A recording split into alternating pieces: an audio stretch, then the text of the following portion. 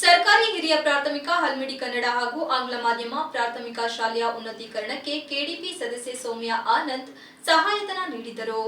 ನಂತರ ಮಾತನಾಡಿದ ಅವರು, ನಮ್ಮ ಮಾತೃಭಾಷೆ ಕನ್ನಡಕ್ಕೆ ಪ್ರಥಮ ಶಿಲಾಶಾಸನ ಇರುವ ಈ ಗ್ರಾಮದ ಶಾಲೆಯಲ್ಲಿ ಓದುವ ವಿದ್ಯಾರ್ಥಿಗಳು ನಿಜಕ್ಕೂ ಪುಣ್ಯವಂತರು. ಇಲ್ಲಿ ಕನ್ನಡದ ಜೊತೆ ಆಂಗ್ಲ ತರಗತಿಯು ಪ್ರಾರಂಭವಾಗಿರುವುದು ಆಶಾದಾಯಕ. ಇಲ್ಲಿ ಉತ್ತಮ ಶಿಕ್ಷಣದ ಜೊತೆಗೆ ಉತ್ತಮ ಪರಿಸರ ಇದ್ದು, ಈ ಶಾಲೆಯ ಉನ್ನತೀಕರಣಕ್ಕೆ ಶಾಲೆಯ ಶಿಕ್ಷಕರು ಈ ಹಿಂದೆ ಕಾಂಪೌಂಡ್ಗೆ ಬಣ್ಣ ಹೊಡಿಸಲು ನಮ್ಮಲ್ಲಿ ಮನವಿ ಮಾಡಿದ ಹಿನ್ನೆಲೆಯಲ್ಲಿ ಹಾಸನದ ಪ್ರತಿಷ್ಠಿತ ಸ್ಕಾಲರ್ ಶಾಲೆ ವ್ಯವಸ್ಥಾಪಕರಾದ ಚಂದ್ರಶೇಖರ್ ನಮ್ಮ ಜೊತೆ ಕೈ ಜೋಡಿಸಿ ಈ ಶಾಲೆಗೆ ಸಹಾಯ ಮಾಡಲು ಮುಂದಾಗಿದ್ದು, ಅದರಂತೆ ಇಂದು ಶಾಲೆಗೆ ಸಹಾಯಧನವನ್ನು ನೀಡುತ್ತಿದ್ದು, ಈ ಅನುದಾನ ಸಾಲದೇ ಇರುವುದರಿಂದ ನಮ್ಮ ಸಂಸದರು ಹಾಗೂ ಶಾಸಕರಲ್ಲಿ ಮನವಿ ಮಾಡಿದ್ದು, ಈ ಶಾಲೆಗೆ ಎಲ್ಲಾ ರೀತಿಯ ಮೂಲಭೂತ ಸೌಕರ್ಯಗಳೊಂದಿಗೆ ಸಹಾಯ ನೀಡುವಂತೆ ಮನವಿ ಮಾಡಲಾಗಿದೆ.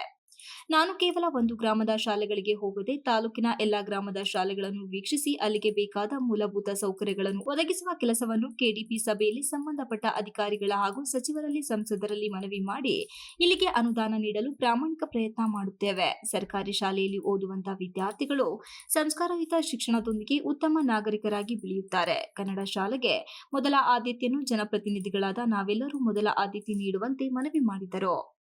ನಂತರ ಮಾತನಾಡಿದ ಪ್ರಭಾರ ಮುಖ್ಯ ಶಿಕ್ಷಕ ಸೋಮಶೇಖರ್ ಮಾತನಾಡಿ, ಈಗಾಗಲೇ ಉತ್ತಮ ಶಿಕ್ಷಣದಲ್ಲಿ ನಮ್ಮ ಶಾಲೆಯಲ್ಲಿ 150ಕ್ಕೂ ಹೆಚ್ಚು ವಿದ್ಯಾರ್ಥಿಗಳು ಎಲ್ಕೆಜಿ ತರಗತಿಯಿಂದ 7ನೇ ತರಗತಿಯವರೆಗೂ ಹಾಗೂ ಪ್ರೌಢಶಾಲೆ ಸೇರಿದಂತೆ ಒಟ್ಟು 350 ವಿದ್ಯಾರ್ಥಿಗಳು ಇಲ್ಲಿ ವ್ಯಾಸಂಗ ಮಾಡುತ್ತಿದ್ದು, ಎಲ್ಲಾ ರೀತಿಯ ಮೂಲ ಸೌಕರ್ಯಗಳನ್ನು ಇದ್ದಲ್ಲಿ ಇಲ್ಲಿ ಕಾಂಪೌಂಡ್ ನಿರ್ಮಾಣವಾಗಿದ್ದರೂ ಅದಕ್ಕೆ ಬಣ್ಣ ಮಾಸಿದ ಕಾರಣ ಚಂದ ಕಾಣದ ಹಿನ್ನೆಲೆಯಲ್ಲಿ ನಾವು ಅದಕ್ಕೆ ಮನವಿ ತಕ್ಷಣ ದಾನಿಗಳ ಸಹಕಾರದಿಂದ ಇಲ್ಲಿಗೆ ಸಹಾಯ ನೀಡಿದ ಇವರಿಗೆ ಕೃತಜ್ಞತೆ ಅರ್ಪಿಸುತ್ತೇವೆ ಎಂದರು.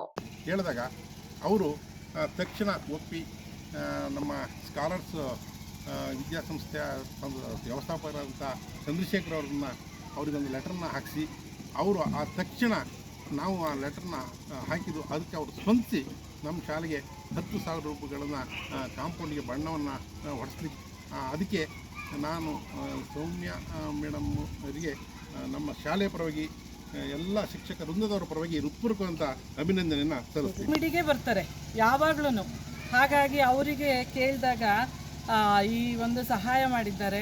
ಹಾಗಾಗಿ ಈ ಇನ್ನೊಂದು ವಿಷಯ ಅಂತಂದರೆ ಇದನ್ನು ಮತ್ತೆ ಹೇಳಿದ್ದಾರೆ, ಅಷ್ಟು ಸಾಲಲ್ಲ ಅಂತ ಅಂದ್ಬಿಟ್ಟು ನಾವು ಇದನ್ನು ಸಂಸದರಾದ ಶ್ರೇಯಸ್ ಪಟೇಲ್ ಅವರಿಗೆ ಹಾಗೂ ಬೇಲೂರಿನ ಶಾಸಕರಾದ ಸುರೇಶಣ್ಣ ಅವರಿಗೆ ಹಾಗೂ ನಮ್ಮ ನಾಯಕರಾದ ಶಿವರಾಮಣ್ಣ ಅವರಿಗೂ ಸಹ ಮೊನ್ನೆ ಹೇಳಿದ್ದೆ.